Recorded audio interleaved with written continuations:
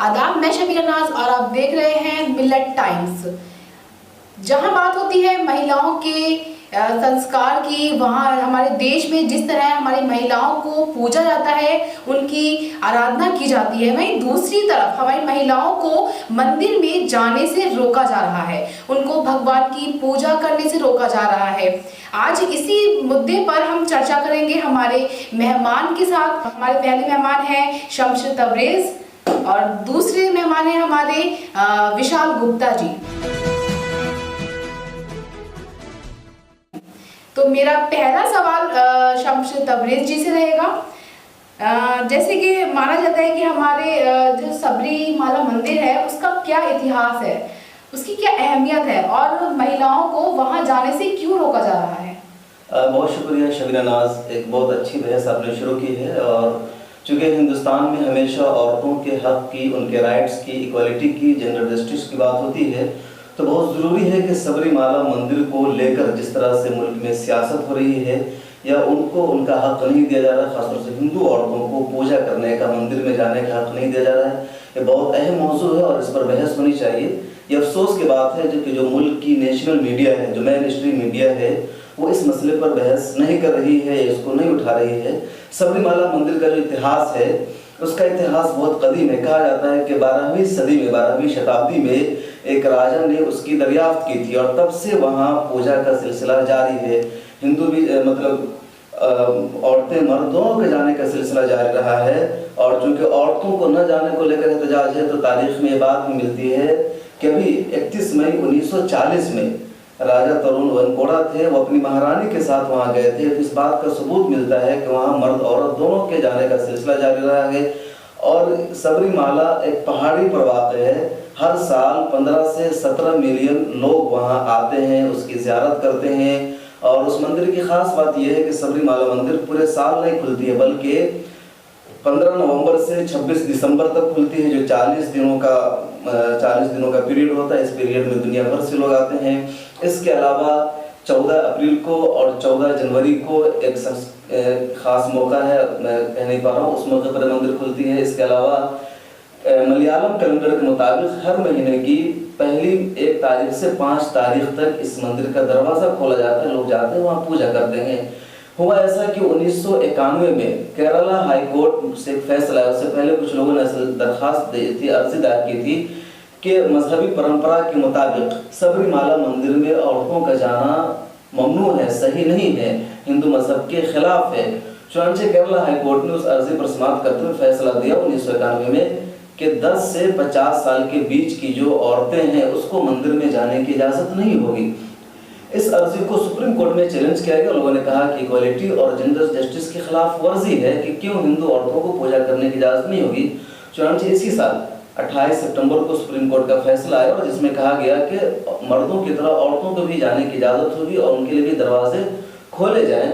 लेकिन और इस फैसले को 17 अक्टूबर को नाफिज होना था। केरल की रियासती सरकार ने इसे नाफिज करने की कोशिश भी की, तो इसे नहीं होने दिया गया। और इस तरह सुप्रीम कोर्ट की फैसले की मुखालफत करते हुए 10वीं हिंदी तंजीमें और बीजेपी सब उसके खिलाफ है और मतलब फैसले को नाफिज नहीं होने दिया जा रहा है। बहुत शुक्रिया। इसी बात को विशाल गुप्ता से जानना चाहेंगे कि सबरीमाला मंदिर का इतिहास क्या है, इसकी आखिर इतनी अहमियत क्यों है? जी शबीरा, मैं आपको बताना चाहता हूँ कि सबरीमाला जो मंदिर है ये श्री अयप्पा के नाम से भी प्रसिद्ध है।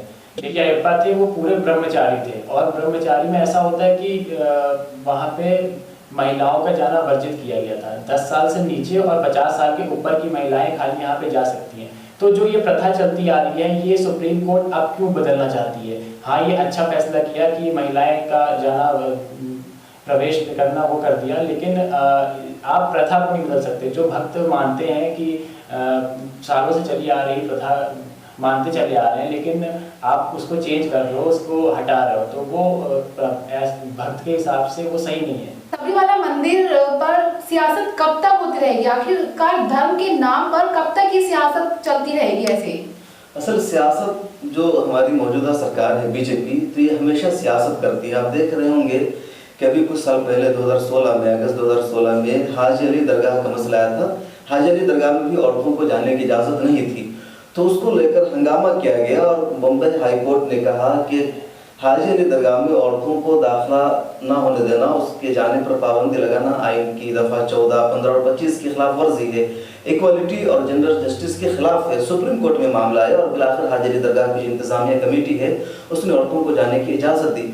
बीजेपी ने उसको बहुत खुशियां मनाई और कहा कि मुस्लिम औरतों को इक्वालिटी मिल गई है, जेंडर जस्टिस मिल गया, उन्हें इंसाफ मिल गया है। इसी तरीके से तलाक का मसला था, तलाक के मसले पर बीजेपी ने बहुत ज़्यादा हंगामा किया। सुप्रीम कोर्ट ने यहाँ तक कहा कि हम इस्लाम के निज़ाम तलाक को बदलना चाहते हैं और इस्लाम में मुस्लिम बहनों को, मुस्लिम औरतों को इंसाफ नहीं दिया गया है। हालांकि उन्होंने सुप्रीम कोर्ट के फैसले के बाद जो बिल लाया लोकसभा से पास हुआ, राज्यसभा में पास नहीं हो सका है, फिर उन्होंने ऑर्डिनेंस लाया है और वो ऑर्डिनेंस अभी जारी है, नाफिज हो चुका है। तो ये सारा का सारा मुस्लिम औरतों के खिलाफ है, उनके हुकूक के खिलाफ है। लेकिन इसके बावजूद उन्होंने इक्वालिटी और जेंडर जस्टिस की बुनियाद पर इसको दुरुस्त ठहराया। वही मामला सुप्रीम कोर्ट ने हिंदू औरतों के हक में फैसला दिया। सुप्रीम कोर्ट ने कहा कि पूजा हर एक का हक है, सिर्फ मर्द को नहीं बल्कि औरतों को भी भगवान की पूजा करने का हक मिलना चाहिए। और इसलिए औरतें ही सुप्रीम कोर्ट में आई थी, उन्होंने एप्लीकेशन दायर की थी कि हमें पूजा करने का हक मिले और किसी को आप पूजा करने से नहीं रोक सकते हैं, क्योंकि समाज का दो हिस्सा है, मर्द और औरत दोनों। तो जिस तरीके से मेल को पूजा करने का हक है उसी तरह से फीमेल को भी होना चाहिए। फीमेल को सबरीमाला मंदिर में रोका जा रहा था, इसलिए उन्होंने सुप्रीम कोर्ट का दरवाजा खटखटाया और सुप्रीम कोर्ट से उन्हें इंसाफ मिला। लेकिन अफसोस की बात यह है कि बीजेपी, नरेंद्र मोदी जी या जो इस तरह के लोग हैं राइट विंग के, या यूँ कह लीजिए 30 हिंदू तंजीमें उसमें शामिल है कि वो औरतों को पूजा करने का हक नहीं देना चाहती है और सुप्रीम कोर्ट के फैसले की मुखालफत कर रही है। जो सबसे अफसोसनाक बात है, कंडम ऑफ कोर्ट के दायरे में चीज़ आती है कि सुप्रीम कोर्ट ने एक फैसला कर दिया तो आपका हक नहीं बनता है कि उस फैसले की इस तरह मुखालफत कीजिए या किसी को पूजा करने से रोकिए। अगर सुप्रीम कोर्ट का फैसला लगता है कि आपकी परंपरा के खिलाफ है तो अब सुप्रीम कोर्ट में अर्जी दायर कीजिए, उसको चैलेंज कीजिए, अवामी सतह पर हंगामा बर्पा मत कीजिए। बात करना चाहेंगे विशाल गुप्ता जी से कि जिस तरह बीजेपी मुस्लिम महिलाओं को हर हक दिलवाने के लिए लड़ती है, लेकिन वहीं हिंदू महिलाओं को वो अधिकार देने से पीछे क्यों हट रही है? आखिर बीजेपी हिंदू पार्टी के साथ ही है तो वो ऐसा क्यों कर रही है? जी, मैं आपको ये बताना चाहूंगा कि ये अपोजिशन पार्टी एक मुद्दा उठा रही है। यहाँ पे महिलाओं को लेकर इक्वालिटी की बात नहीं है। जो प्रथा चली आ रही है वो आप चेंज नहीं कर सकते हो, वो उन लोग की आस्था है, वो एक भक्त है। तो इतने सालों से जो चलता आ रहा है उसको आप एक पल में आप कैसे बदल सकते हो? अगर कोई और मुद्दा होता, किसी और चीज को लेके होता महिलाओं का, तो वो ठीक था, वाजिब था। लेकिन आप किसी को मंदिर आस्था तो वो भी थी जो तलाक का है, वो भी हमारे धर्म से ही है। जैसे कि अभी सबरीमाला मंदिर पर अभी जो फैसला आया है, तो इससे आपको क्या लगता है कि इससे प्रथा की जीत हुई है या संविधान की हार हुई है? नहीं, ये आइन की जीत हुई है। हिंदू औरतों को, उन बहनों को इंसाफ मिला है इक्वालिटी की बुनियाद पर, जेंडर जस्टिस की बुनियाद पर। मैंने अभी कहा कि हर एक को हक है पूजा करने का, जिस मजहब पर यकीन है। अगर एक मुसलमान औरत है तो उस औरत को यह हक हासिल है कि अपने रब की इबादत करे और उसको पूजा करने से कोई रोक नहीं सकता। उसको हक है नमाज पढ़े, रोज़ा रखे, हज करे। चुनाच आप देखते होंगे इस्लाम में कि जितनी इबादत मर्दों के लिए है वो तमाम इबादतें औरतें करती हैं। औरतों को छूट दे दी गई उनकी मजबूरियों की वजह से, लेकिन वो करती है, हर इबादत को करते, कभी नहीं रोका गया कि वो नहीं कर सकती है। लेकिन वहाँ औरतें करना चाह रही हैं, मंदिर में जाना चाह रही है, उनको पूजा करने से नहीं रोका जा रहा है। और ऐसी बहुत सारी गलत परंपराएं थी, जैसे शादी के मसले में ये था हिंदू अकीदे के मुताबिक कि शादी हो गई तो सत्य का साथ, मतलब औरत हमेशा उसी की हो जाती थी, तलाक नहीं ले सकती थी, उससे जुदा नहीं हो सकती थी। अगर शौहर की मौत हो गई तो बीवी को उसी के साथ जला दिया जाता था। तो अंग्रेज़ों ने इसमें तब्दीली पैदा की, फिर पंडित जवाहरलाल नेहरू ने अपने दौर में हिंदू कोड बिल ला करके इसमें तब्दीली पैदा की। अब एक और मसला मंदिर में जाने का था, हिंदू औरतों को रोका जा रहा था, तो सुप्रीम कोर्ट ने फैसला दिया 28 सितंबर को, कहा कि नहीं, औरतों को हक मिलना चाहिए। ये आइन की जो दफात हैं 14, 15, 25 उसकी खिलाफ वर्जी है। तो अब परंपरा के नाम पर इस फैसले के खिलाफ जा रहे हैं, जो गलत है, और औरतों को उसका हक ना देना है, जो गलत बात है, नहीं होना चाहिए। और ये इस तरह से आइन की जीत हुई थी सुप्रीम कोर्ट में, लेकिन ये लोग आइन की तौहीन कर रहे हैं, जो बहुत ही शर्मनाक है। और जो लोग ऐसा कर रहे हैं उनके खिलाफ कार्रवाई होनी चाहिए। जैसे कि सबरीमाला मंदिर पर प्रवेश को लेकर अभी भी गतिरोध बना हुआ है और हाँ, सुप्रीम कोर्ट ने ये बोल दिया है कि किसी भी उम्र का, हर उम्र में जो महिला है, 10 से 50 साल की जो महिला आती हैं उनका सबकी एंट्री हो सकती है। तो फिर भी इसमें ये गतिरोध विरोध क्यों बना हुआ है? दरअसल वोट बैंक की सियासत है। बीजेपी का हमेशा डबल स्टैंडर्ड होता है। आरएसएस और बीजेपी दोनों एक है। अभी इससे पहले फैसला आया था 377 पे, मतलब एलजीबीटी पे। एलजीबीटी पे जो आरएसएस का मौक़िफ़ तब था कि एलजीबीटी नाजायज़ है, हराम है और हिंदुस्तानी संस्कृति के खिलाफ है। इसी तरीके से अडल्ट्री पे सुप्रीम कोर्ट का फैसला आया, जिसको सुप्रीम कोर्ट ने कहा कि अडल्ट्री हिंदुस्तान में क्राइम नहीं है। इन दोनों पर जो आरएसएस का मौक़िफ़ था वही था कि चीज़ें हिंदुस्तान में दुरुस्त नहीं है। लेकिन वोट बैंक के लिए जब अब सुप्रीम कोर्ट का फैसला आया, उन्होंने लगा कि 2% इस तरह के भी लोग हैं, तो अगर हम उसकी मुखालफत करेंगे या उसके हक में फैसला नहीं आएगा तो हमारा वोट बैंक कम हो जाएगा। चुनांचे वो एलजीबीटी के बारे में आया फैसला या 497 को जो सुप्रीम कोर्ट ने ख़त्म किया अडल्ट्री, इसको आरएसएस ने दबे लफ्ज़ों में सपोर्ट कर दिया, सुप्रीम कोर्ट के फैसला की तायद कर दी।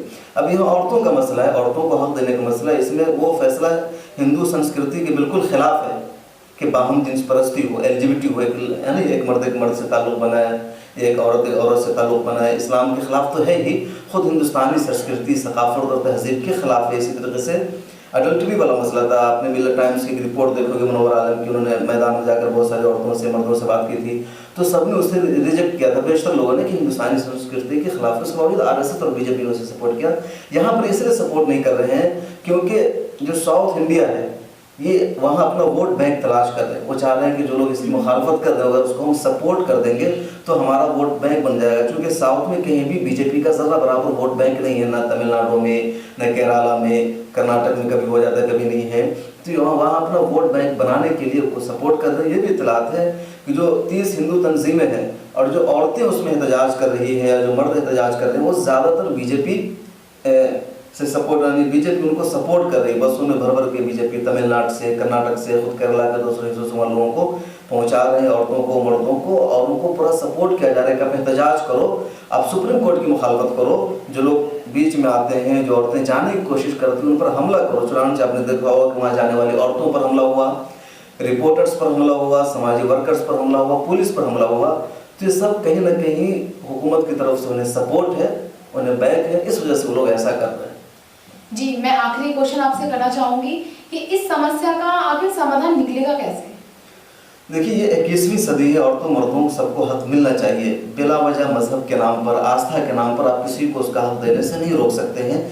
आइन की, कानून की बालादस्ती होनी चाहिए। हमारा हिंदुस्तान एक जमहूरी मुल्क है, यहाँ का आइन हर एक शहरी को मसावी हक देता है। इंसाफ, मसावत, आज़ादी और जस्टिस ये बुनियादी चीज़ है और ये हर एक शहरी को हक मिलना चाहिए। सुप्रीम कोर्ट का फैसला भी इसी बुनियाद पर आया है। तो ये ज़रूरी है कि सुप्रीम कोर्ट के फैसला को नाफिज किया जाए और सुप्रीम कोर्ट के फैसले पर अमल किया जाए। अगर किसी को लगता है कि उसकी परंपरा में मुदाखलत है, उसकी रवायत के खिलाफ है, तो उन्हें सुप्रीम कोर्ट का दरवाज़ा खटखटाना चाहिए, वहाँ चैलेंज करना चाहिए। कानून की तौहीन नहीं करनी चाहिए, पुलिस वालों पर हमला नहीं होना चाहिए, मीडिया एहलकार पर हमला नहीं होना चाहिए, या जो इदारे आइन को नाफिज करने की कोशिश कर रहे हैं उनकी राह में नहीं आना चाहिए। ये जो कुछ हो रहा है ये तारीख का सबसे शर्मनाक वाक़या है। एक तरफ सुप्रीम कोर्ट हमारी सबसे बड़ी अदालत है, उसका फैसला मानना ज़रूरी होता है। हर एक गरीब को, हर एक शख्स को वहाँ से इंसाफ की तवक्को होती है, और अगर उसके फैसले पर अमल न होने दिया जाए, उसके फैसले को रोका जाए, तो इससे आवाम का एतमाद मजरूह होता है कि ताकत ही हर चीज़, यानी जिसकी लाठी उसकी भैंस।